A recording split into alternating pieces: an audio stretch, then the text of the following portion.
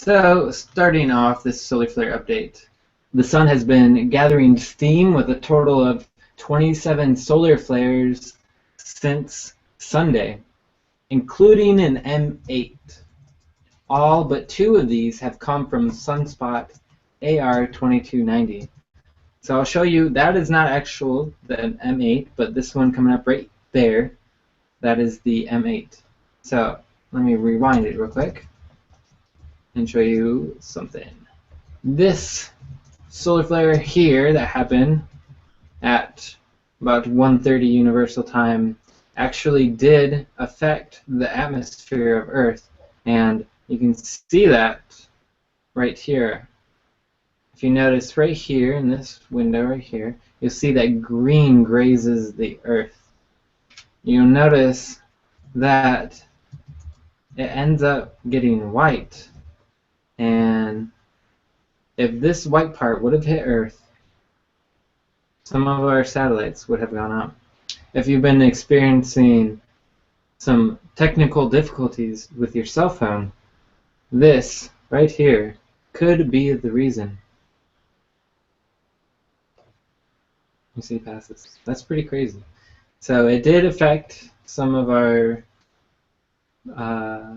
technological devices. Some of the ham radios in Australia did black out, so there have been some blackouts with that. And 2290, which you can see not very well here, it's actually on the corner right here. So 2290 is about to go to the far side of the sun, so the forecast for more solar flares is not expected to rise. It is expected to fall. Just for a minute. Dip, dip, dip, dip, dip. So, moving on. How do I close? Okay, there we go. Sweet. Moving on to the aura forecast. So we did have some rise in solar wind. Since last week, it rose to a maximum of 697 kilometers per second. And that was since our last update. You can see that it did cause quite a bit of auroras. And it did light up the Arctic Circle. But the solar wind has begun to drop. It's now at 442 kilometers per second.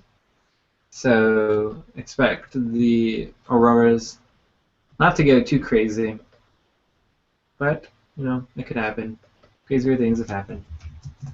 Dwarf Planet Ceres, which lies between Mars and Jupiter, is now the center of attention for astronomers, scientists, and UFO enthusiasts alike. The NASA spacecraft Dawn is expected to enter standard orbit of Ceres on Friday, this Friday, March 6th. Sorry. The dwarf planet is said to contain water and an atmosphere. It came into national headlines when the Dawn spacecraft sent back images of 2 unknown bright spots, which you can see in this picture here. So far, these bright objects are unknown. They remain unknown. So, I'll leave it up to you. What do you think these are? Could they be UFOs? Could they be something else? Comment on the solar flare update. Let me know what you think in the comments below. That is the solar flare update for January. Sorry, that's the solar flare update for March 3rd, 2015. Last time I kept saying 2014, so I do apologize for that. You're just time traveling. Time traveling. So thank you all for listening, and I'm going to turn it over now to Shintastic Shine for the cosmic energy forecast. Thank you. Yes, yes. Awesome.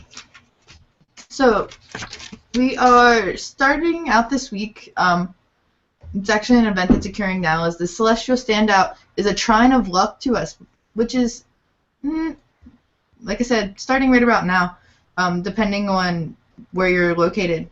Jupiter is in a fire trine with Uranus right now, and this will only occur once more this year, and then not again until 2019. Its second occurrence this year will happen in June, and Jupiter is also in retrograde, positioned in Leo. Whoa. Yeah, there's a lot happening. I wonder what that means. This is causing for a shift in the view of perception of the current leaders. Alliances and friendships will grow strong in some areas where it'll shift in others. So just grow your relationships wisely. Yes. But not to the moon. This week is a full moon in Pisces and Virgo axis. This will occur Thursday, March 5th. We are having full moon card readings tomorrow night since we have a podcast with Ashton on Thursday. Yeah. So our full moon card readings is tomorrow night with Miss Selena.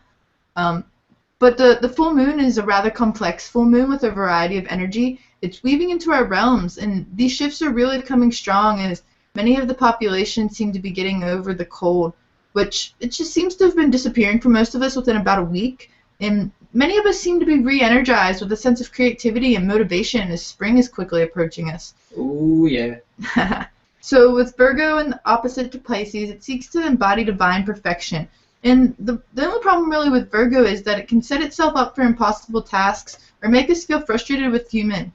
Because it just says that there's like the fallibility issue there. And that's where Pisces has the greatest influence.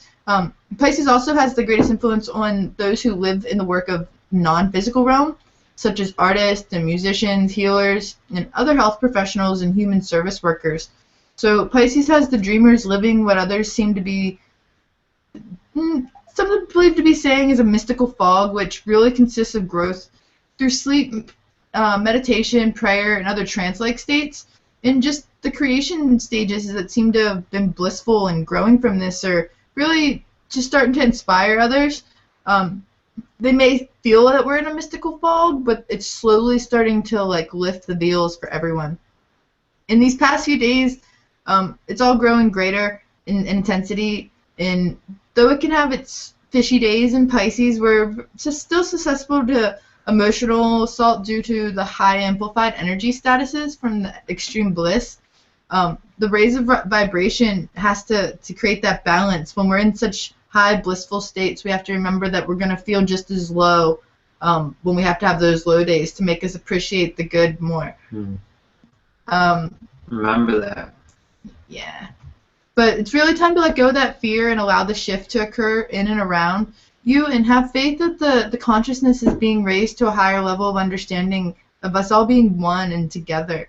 And the planets are shifting at a rate of constant energy collisions where our emotions are being tested, and every blissful happening is yet continued in divine allowance.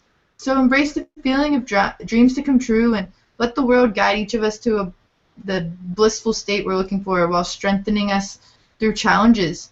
Because it must not only be happening to you, but when something happens to you, it's also happening for everyone else, and everyone who partakes in the event is having a growth experience. So these happenings can seem magical, and it just really is a magical moment in the collective consciousness and astrological history, leading to an age filled with even more creativity and possibility as we all become more accessible to things that we need, and the world is just becoming more of a dream world in the most positive way. So we just have to be open to it and accepting.